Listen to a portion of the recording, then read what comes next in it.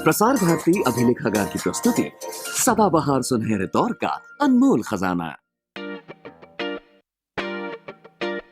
दूसरे की फिक्र नहीं, सिर्फ अपना ही ख्याल है। हम ऐसे क्यों हैं, आज खड़ा ये सवाल है। अपनी ही पड़ी है, बेपरवाह हमारी चाल है। हम ऐसे क्यों हैं, आज खड़ा ये सवाल है। ज्ञान की कमी नहीं, समझदारी का अकाल है। हम ऐसे क्यों हैं, आज खड़ा ये सवाल है। नमस्कार, स्वागत है आपका आपके ही शो हम ऐसे क्यों हैं में। पिछले हफ्ते हमने चर्चा करी मेडिसिन में गिरती हुई नैतिकता की। आज उसी चर्चा को जारी रखेंगे। हमारे साथ हमारे स्टूडियो में doctor Risam, member board of governors medical council of India, और doctor Pawan Gura, head of anaesthesiology Batra hospital. आप दोनों का स्वागत है। साथ में हमारी ऑडियंस है, आप सबका भी स्वागत है। बात चल रही थी डायग्नोसिस से ही किकबैक्स शुरू हो जाते हैं। अगला पॉइंट मेरा ये भी कहते हैं कि जो प्रिस्क्रिप्शंस होते हैं उसमें भी कई बार मॉडिफाइड इंटेंट होता है। ऐसा होता है क्या, और अगर ऐसा होता है तो क्या कारण है? अगर ऐसा होता है तो ये बहुत गलत है। इसका इलाज क्या है, इसका वे आउट? जैसे वेस्टर्न कंट्रीज में बहुत जगह क्या है कि आप सिर्फ सॉल्ट या जेनरिक नेम लिख सकते हैं, आप ब्रांड नेम लिख ही नहीं सकते। हाउएवर इंडिया में एक जो इसके अगेंस्ट पॉइंट लिया जाता है वो ये है कि क्वालिटी ऑफ ड्रग्स में अभी तक इतना स्टैंडर्डाइजेशन नहीं आ पाया है। कुछ बहुत अच्छी इंडियन कंपनीज़ हैं, मैं नाम तो नहीं लूँगा, लेकिन जो बहुत वेल एस्टैब्लिश्ड हैं in the country and outside the country, तो उनकी ड्रग्स तो कंपेरेबल हैं टू एनी मल्टीनेशनल। लेकिन बहुत सारी बहुत ही स्मॉल स्केल लेवल पे मेडिसिन की मैन्युफैक्चरिंग यूनिट्स हैं जहाँ से जो ड्रग्स आती हैं उनकी क्वालिटी का पता नहीं होता।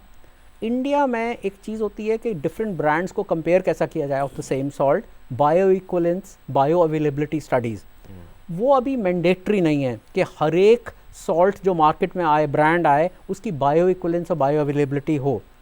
अगर एक बार गवर्नमेंट ये कह दे कि जो भी ब्रांड्स मार्केट होंगे उनकी सबकी बायो अवेलेबिलिटी और बायो इक्वलेंस होना चाहिए, मतलब कि वो प्रोडक्ट जो मार्केट हो रहा है it is comparable to the best. और उसके बाद अगर डॉक्टर्स का ये हो जाए कि वो सिर्फ ब्रांड्स लिख ही नहीं सकते, वो सिर्फ सॉल्ट का नाम लिख सकते हैं, तो मेरे हिसाब से बहुत हद तक ये प्रॉब्लम सॉल्व हो सकती है।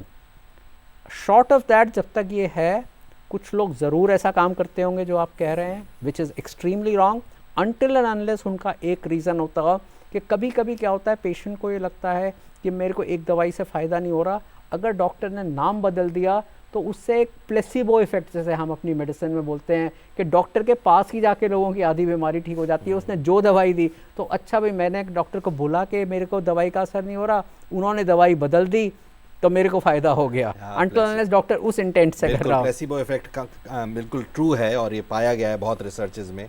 और आपने जो इम्पॉर्टेंट पॉइंट ये कहा है वो ये है कि गवर्नमेंट को मैंडेटरी करना चाहिए बायो इक्वलेंस और bio availability studies, because 26,000 pharmaceutical companies हैं, सबकी क्वालिटी उस लेवल पर नहीं है। तो जो भी प्रोडक्ट अपने मार्केट में उतारे उसकी अगर बायो इक्वलेंस और बायो अवेलेबिलिटी स्टडी हो तो फिर डॉक्टर जेनरिक्स बड़े निश्चिंतता से प्रिस्क्राइब कर क्योंकि सकता है। अभी डॉक्टर्स को ये लगता है कि अगर वो ब्रांड नहीं लिखते तो वो चॉइस केमिस्ट के पास चली जाती है, और केमिस्ट वो ब्रांड कौन सा डिस्पेंस करेगा जिसमें उसकी मार्जिन मैक्सिमम है, और मार्जिन जनरली स्मॉलर मैन्युफैक्चरर्स ज़्यादा देंगे एज़ कम्पेयर टू बड़े मैन्युफैक्चरर्स।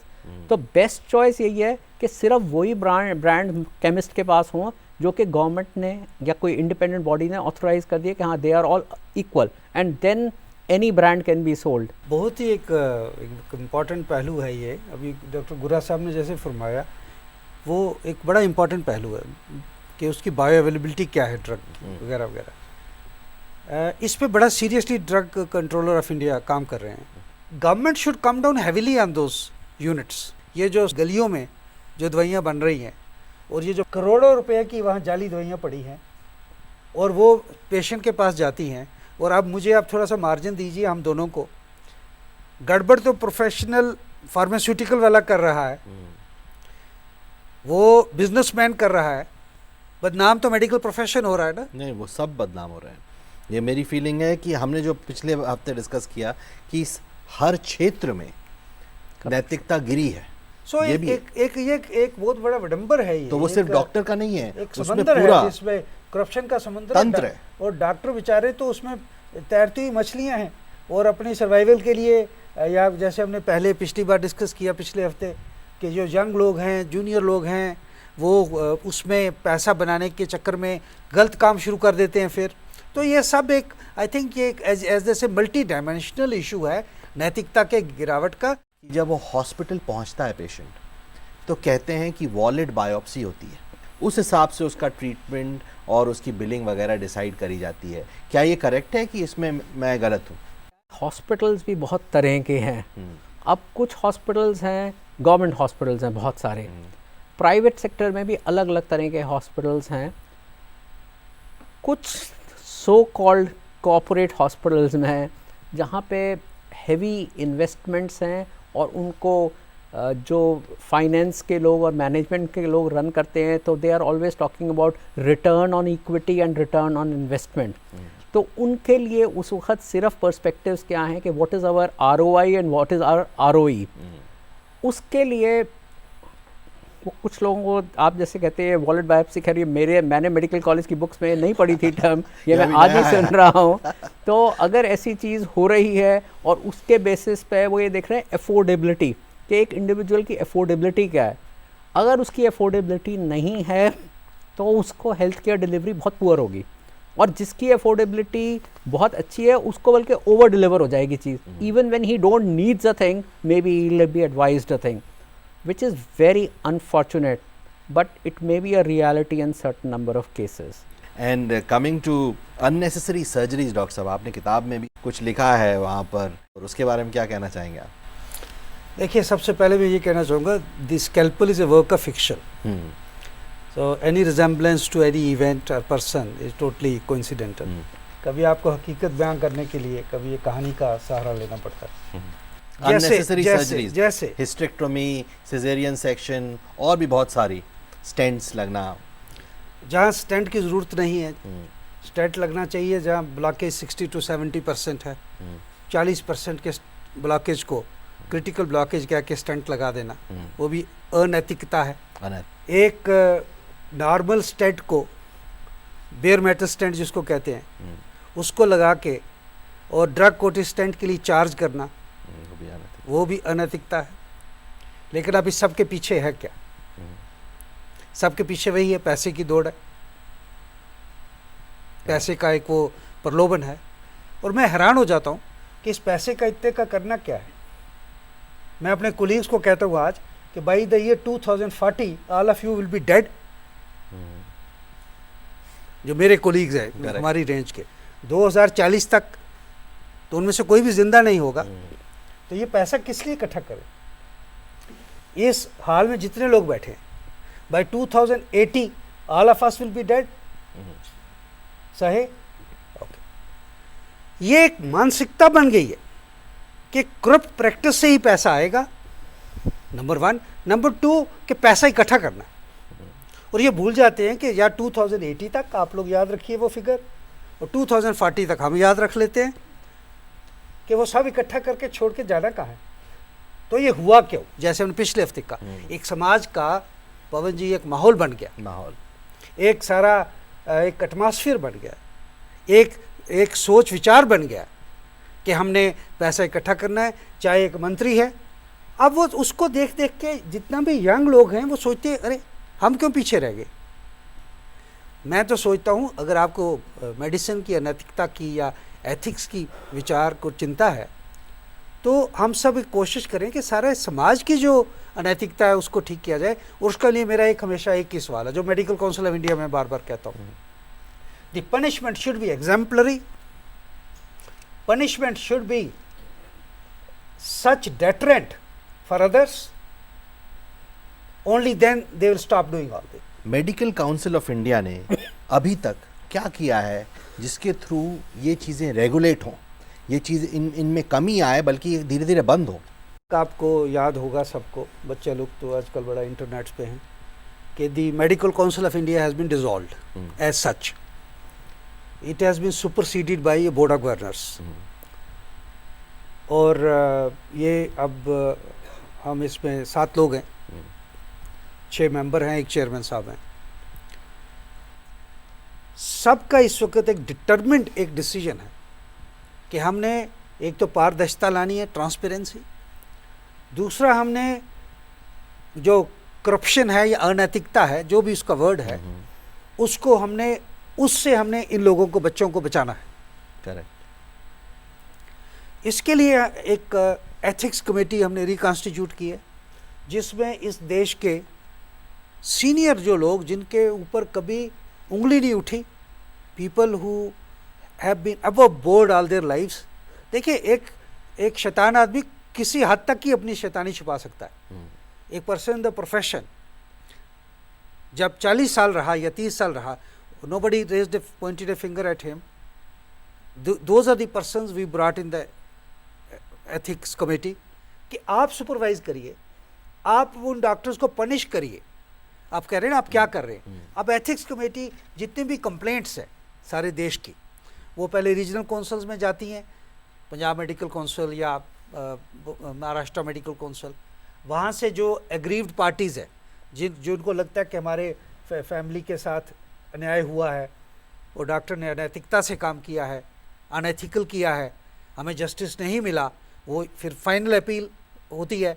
और उसमें पनिशमेंट्स जो हैं, वही वो जो मैंने सेंटेंस बोला है, punishment should be so severe. When I address the ethics committee, I said we should come down so heavily on the unethical and unprofessional people that we make example out of them. तो regulations क्या हैं? अब MCI guidelines आई हैं, वो क्या कह रही हैं? अगर किसी भी मेडिकल प्रोफेशन के पर्सन ने एक गलत काम किया है, जो कि गलत काम डिफरेंट है, डिफरेंट मॉरल करप्शन है, फाइनेंशियल करप्शन है, अनैतिकता अपने प्रोफेशनल वर्क में किया, नेग्लिजेंस किया, पेशेंट को देखना था, रात को आई नहीं. एक चीज़ के बारे में मैंने उनको कहा है कि अगर किसी से मिस्टेक हुई है, please go lenient on that, क्योंकि उसमें उसकी इंटेंशन नहीं थी खराब करने की. क्योंकि हमने अपना ये भी देखना है कि नीयत क्या थी, बात तो इंटेंशन, मालाफाइड नहीं होनी चाहिए. मेडिकल काउंसिल ऑफ इंडिया की गाइडलाइन किन चीज़ों को अवैध डिक्लेयर करती है? कोई भी ऐसा काम जो एक डॉक्टर को नहीं करना चाहिए था, मॉरली, प्रोफेशनली, अगर उसने किया है तो ही इज़ कल्प्रिट. जैसे एक डॉक्टर के बारे में एक कंप्लेंट है कि उसने वही जो मैं 40% ब्लॉकेज था या 20% था, उसने स्टेंट लगा दिए, and it gets proven unnecessary. जैसे गुरुआ साहब ने कहा था कि जो अननेसेसरी इन्वेस्टिगेशंस हैं, जो अननेसेसरी ट्रीटमेंट है, एक बड़े सीनियर आदमी का लाइसेंस सस्पेंड हुआ है, एक हेड ऑफ द डिपार्टमेंट है. ऐसे ही कुछ और लोग हैं जिनको पनिशमेंट्स मिली हैं, उनका नाम कॉलेज, जो हमारा कॉलेज या रोल है, जो लिस्ट है या रजिस्ट्रेशन है, उनके नाम हटा दिए गए हैं. तो स्पॉन्सरशिप्स और गिफ्ट्स पे क्या पॉइंट है? वो तो बड़ा क्लियर है कि they will not be allowed, और उसके ऊपर बड़ा स्ट्रिक्ट एक्शन है. क्योंकि वही जो हम बात कर रहे थे पिछली बार, प्रलोभन है, तो वो सब अब जो वो फार्मा कंपनीज अब नहीं कर सकती. और मेडिकल टेक्नोलॉजी में जो कंपनीज हैं, वो अपनी टेक्नोलॉजी को डेमोन्स्ट्रेट करने के लिए डॉक्टर को ट्रैवल वगैरह करा सकती हैं. तो वो तो एक एकेडमिक और टीचिंग और एक ट्रेनिंग का हिस्सा है, उसमें मैराफाइड कुछ नहीं. और या एक डॉक्टर ट्रैवल कर रहा है as a teacher somewhere, as a faculty somewhere, तो दैट कैन, वो मेडिकल काउंसिल ऑफ इंडिया भी, correct me if I am wrong, allows के वो doctor as a faculty, as a teacher can go somewhere and teach that, and that cost is borne by the company. जैसे एक कोई नया drug आई है या कोई नई टेक्नोलॉजी आई है, जैसे आप बोलते हैं, और उसके बारे में अगर एजुकेट करना है लोगों को, तो एजुकेट कौन करेंगे? Senior leaders in the community. और वो अगर जाके कहीं उसको एजुकेट कर रहे हैं बाकी और कोलीग्स को, तो उसको वो एजुकेट होने के लिए जा रहे हैं, वो भी अलाउड होगा. प्रश्नों की बारी है. प्रश्न: सर मैं जानना चाहती हूँ कि डॉक्टर को सेकंड भगवान कहते हैं, लेकिन जब मरीजों के गुर्दे, उनके हृदय, उनकी किडनियों को निकालकर राष्ट्रीय और अंतर्राष्ट्रीय स्तर पर बेचे जाते हैं, तो क्या ये करप्शन है? यदि है तो इसका क्या सलूशन होना चाहिए? एक पूरा कार्टेल है, कार्टेल एक ग्रुप है जो इस ऑर्गन ट्रेड में बिजनेस कर रहा है। डॉक्टर को वो यूज कर रहा है एज एन इंस्ट्रूमेंट। डॉक्टर का जो दी स्कैल्पल है, एक्चुअली ये शब्द वहीं से, scalpel is the knife which the surgeon uses. Doctor के स्कैल्पल को वो एक एज इंस्ट्रूमेंट यूज करता है to take out the organs. जैसे आपने कहा किडनीज हैं, और इस किताब में हमने लिखा है हृदय, liver, ovaries, testis, important parts in bones, skin। ये एक बहुत बड़ा एक क्रिमिनल एक एक्टिविटी है। Doctor is part of that, doctor is part of that, he is participating. And fortunately मैं आपको बताऊं, majority of doctors and surgeons are not doing that, minuscule minority. और ये बिल्कुल अनएथिकल है, गलत है। ये तो करप्शन नहीं है, ये तो क्राइम है। जो लोग ये कर रहे हैं, ये सिर्फ करप्शन और अनएथिकल बात नहीं है, ये उसके बहुत बियॉन्ड है। अगर कोई किसी को बिना बताए हुए उसका एक ऑर्गन निकाल रहा है, तो ये फिर सिर्फ करप्शन और अनएथिकल इशू नहीं है, ये जुर्म है, ये क्राइम है, इट्स क्रिमिनल। वो person immediately needs to be arrested and prevented from repeating it. और वो होता भी है, और इसको तो सारी मेडिकल कम्युनिटी कंडेम करती है। जो आइसोलेटेड इंसिडेंट्स, ये तो बहुत ही आइसोलेटेड, रियलिटी में जो मिनिस्क्यूल लोग करते हैं, they are condemned by the medical community and they are arrested and criminal proceedings are launched against them. Medical community उसको कंडेम करती है, ऑस्ट्रेसाइज कर देती है, ऑस्ट्रेसाइज करती है। And that proves again that the majority of people in medical profession, and matter of fact in every profession, जो चाहे वो मीडिया है, पुलिस है, आर्मी है, दे आर ऑनेस्ट पीपल। और इतनी हालत ख़राब नहीं है, आप धीरज रखें। सर मैं ये पूछना चाहती हूँ कि आजकल हमें देखते हैं कि किसी भी हॉस्पिटल में डॉक्टर की लापरवाही से पेशेंट की जान चली जाती है, तो आप इस स्थिति को क्या कहेंगे? क्या इस स्थिति में डॉक्टर अपने प्रोफेशन से ईमानदारी कर रहे हैं? मैं इस सवाल का जवाब देना चाहूँगा कि बहुत सी बार क्या होता है कि the person is hung before a trial, जिसका मतलब कि उससे पहले कि ये इन्वेस्टिगेट हो कि क्या हुआ, सीधा उसको ऑस्ट्रेसाइज, उसको ब्लेम कर दिया जाता है। और मीडिया उसमें अक्सर एक बहुत वन साइडेड रिपोर्टिंग भी हो जाती है। अगर एक डॉक्टर से गलती हुई है, तो जैसे डॉक्टर रिसम थोड़ी देर पहले कह रहे थे, कुछ चीज़ें तो होती हैं जिसको आप गलती मानोगे या उसको एक नेचुरल कोर्स ऑफ डिजीज़ मानोगे या कॉम्प्लिकेशन मानोगे। एक मान लीजिए एक पेशेंट है जिसकी बहुत हाई शुगर्स चल रही हैं और वो इन्फेक्शन सेप्सिस में आता है और उसकी किडनीज भी साथ में फेल होने लगती हैं while the patient is in the hospital. और अब उसको अगर रिलेटिव्स ये कहें कि जब आया था तब तो किडनी ठीक थी और अब किडनी ख़राब हो गई, तो वो डॉक्टर की गलती नहीं है, वो तो डिजीज़ का कोर्स इस तरह का है। कुछ नॉन कॉम्प्लिकेशंस होती हैं कि मान लीजिए एक सर्जरी कर रहे हैं एक ब्लड वेसल के पास सर्जन, तो वो बावजूद प्रिकॉशंस के वो वेसल डैमेज हो जाए जिससे पेशेंट को नुकसान हो, but it is a non complication जो हमारी टेक्स्ट बुक्स में लिखी हुई हैं। और कुछ एक होते हैं एक एरर्स ऑफ जजमेंट जो कि अलाउएबल होते हैं कि हाँ एक नॉर्मल इंडिविजुअल, हम कोई भी काम कर रहे हैं चाहे हम छोटे से छोटा या बड़े से बड़ा काम, उसमें एक एरर ऑफ जजमेंट हो सकता है। हाँ, लेकिन जहाँ नेग्लिजेंस का सवाल है कि डॉक्टर ने because he was not careful enough और इसलिए उसकी वजह से गलती हुई है, वो definitely they need to be condemned. लेकिन अक्सर प्रॉब्लम क्या होती है कि जैसे ही कोई बात होती है, आजकल इतना हमारा म्यूचुअल डिस्ट्रस्ट का ज़माना है कि पेशेंट मान ही लेता है कि डॉक्टर की गलती से हुई है और बिफोर एनी जस्ट इन्वेस्टिगेशन के किस वजह से हुआ है वो इस तरह से रिपोर्ट हो जाता है। डॉक्टर साहब, आयट्रोजेनिक कॉम्प्लिकेशंस उन कॉम्प्लिकेशंस का नाम है जो मेडिकल पद्धति के कारण आ गए। ठीक, इसमें ऐसा नहीं होता क्या कि कई आयट्रोजेनिक कॉम्प्लिकेशंस इसलिए आते हैं क्योंकि हायर रिस्क प्रोसीजर यूज़ किया गया, क्योंकि लोअर रिस्क प्रोसीजर हमने सीखा नहीं? मतलब क्या हमें सीखना वो ज़रूरी था जिससे हम लोअर रिस्क प्रोसीजर्स में जाएं? एक्चुअली डेफिनेटली देखिए, इंडिया में तो अभी ये इतना नहीं है, लेकिन बाहर अब क्या है कि क्रेडेंशलिंग, प्रिविलेजेस अवॉर्ड करने का, क्रेडेंशलिंग के मतलब एक इंडिविजुअल एक प्रोसीजर को करने के लिए एंटाइटल्ड है या नहीं, उसके लिए क्या प्रोसीजर फॉलो किया जाता है कि पहले he should watch a certain number of procedures. मान लीजिए मैं कैटरेक्ट सर्जरी, बहुत सिंपल सी चीज़ बोलूँ, तो उसको पहले वो कैटरेक्ट सर्जरी 20 मान लीजिए देखेगा, फिर वो 20 में वॉशअप करके असिस्ट करेगा, फिर उसके बाद 20 वो अंडर सुपरविजन करेगा, फिर वो 20 तब करेगा जबकि उसको कोई देख रहा है, और फिर उसके बाद उसको अलाउ किया जाता है क्रेडेंशलिंग। उसके बाद क्या होता है, उसका ईयर ऑन ईयर ये देखा जाता है कि उसका रिस्क कॉम्प्लिकेशंस का क्या है, कि उसका पोस्टीरियर कैप्सुलर रप्चर जैसे उसमें हो जाता है तो उसका क्या इंसिडेंस है, इज़ इट एक्सेप्टेबल, और अगर एक्सेप्टेबल है तो he is allowed to practise. लेकिन अगर एक सर्टन स्टेज पे नहीं होता तो then they are recalled. Maybe हमारी सोसाइटी में भी ultimately we are moving towards that कि हमारी हर प्रोसीजर के लिए, हर चीज़ के लिए इस तरह का हो। Honestly it's required for more professions than merely medicine. Medicine में और ज़्यादा ज़रूरी है क्योंकि probably we deal with lives, लेकिन हाँ इसकी ज़रूरत है।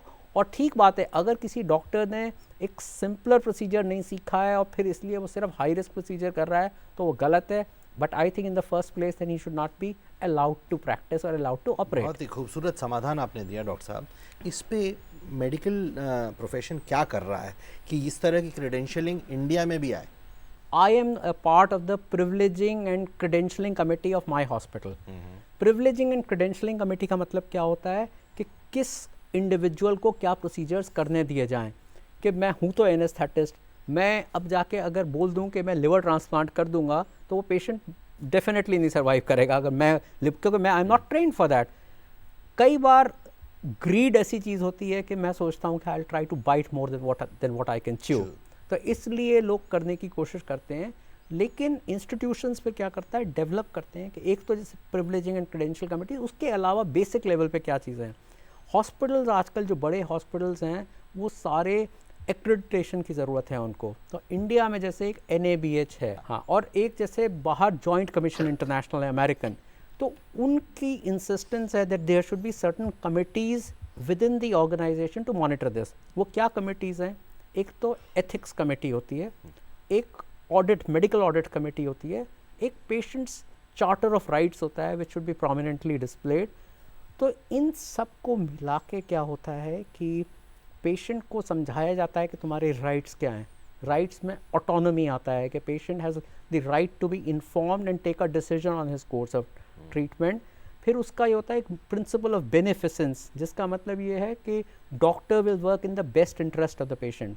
फिर एक नॉन मैलफिसेंस, जिसका मतलब ये है कि first of all do no harm, primarily do no harm. Medical principle यही है कि हम उसके पहले कि हम कोई चीज़ में इंटरवीन करें, हमें समझना चाहिए that first of all we don't want to do any harm. फिर कॉन्फिडेंशियलिटी, कि पेशेंट की जो मेडिकल इंफॉर्मेशन है उसको हम अपने तक ही रखेंगे। Then right to the patient's right is to right to know the cost of the treatment, कि अगर उसको हम ट्रीटमेंट दे रहे हैं तो उसकी cost, are there any options available, कि सेम चीज़ के लिए कभी कभी सर्जरी भी अवेलेबल है और मेडिसिन भी अवेलेबल हैं, स्टेंट भी अवेलेबल है और सर्जरी भी अवेलेबल है, या कैंसर पेशेंट को सर्जरी भी अवेलेबल है और रेडिएशन भी अवेलेबल है और मेडिसिन भी अवेलेबल है। तो patient should be made aware of these और एंड इन्फॉर्म्ड कंसेंट, कि अगर पेशेंट का कोई प्रोसीजर होना है तो पेशेंट को पहले बताया जाना चाहिए कि आपको ये प्रोसीजर करना है, उससे ये होगा एडवांटेज, ये डिसएडवांटेजेस भी हो सकते हैं। अब आप एग्री करते हैं या नहीं करते हैं? नहीं, बहुत अच्छे आपने पॉइंट बताया। इससे हमें ये लगता है कि अगर इस तरह की चीज़ें हम अपने सेक्टर में लाएं, मेडिकल सेक्टर में, तो ऑटोमेटिकली जो अनैतिकता है उसका स्कोप कम हो जाएगा करने का। पेशेंट बहुत बिलीव करता है, ठीक है, डॉक्टर के ऊपर, तो क्या कहते हैं सर, पेमेंट की मतलब सैलरी की वजह से वो जान मतलब लापरवाही कैसे कर सकता है एक पेशेंट के साथ, पैसे की वजह से? सर ये बड़ी बदकिस्मती की बात है कि बहुत ज़्यादा लोग, मेजॉरिटी के जो लोग हैं, वो हाईएस्ट जो लेवल ऑफ ट्रीटमेंट है जिस पे अभी बात हुई थी वो एफोर्ड नहीं कर सकते हैं, और उसका एक स्पेक्ट्रम का दूर तक जाइए। Majority of people in this country do not gate clean water, large number of people do not get enough food. आपने शायद गुर्बत देखी नहीं होगी। यही जो गुर्बत है या पॉवर्टी है या लैक ऑफ फाइनेंस, कोई भी शब्द यूज़ करें, वो फिर वहीं हॉस्पिटल तक पहुंचता है वो factor. I accept it, it is very unfortunate, लेकिन अब उसमें डॉक्टर्स का कोई ज़्यादा रोल नहीं। प्रॉब्लम अब ये देखो, आप देखो हॉस्पिटल में हो क्या रहा है। बिल्डिंग में प्रॉब्लम हो गई, डॉक्टर का प्रॉब्लम कि जी डॉक्टर ने मार दिया। वेंटिलेटर चलते चलते रुक गया, डॉक्टर ने मार दिया। बच्चा अगर बर्न हो गया वो हीटिंग सिस्टम से, न्यूबॉर्न, डॉक्टर ने मार दिया। एक कंसेप्ट बन गया है कि डॉक्टर गड़बड़ कर रहा है, वेयर एज हो ये रहा है hospital as an institution is failing, society as a community is failing. मरीज उसके द्वार तक पहुंच गया, हॉस्पिटल के द्वार तक। डॉक्टर के पास जो रिसोर्स है वो तो उतना ही यूज कर सकता है ना।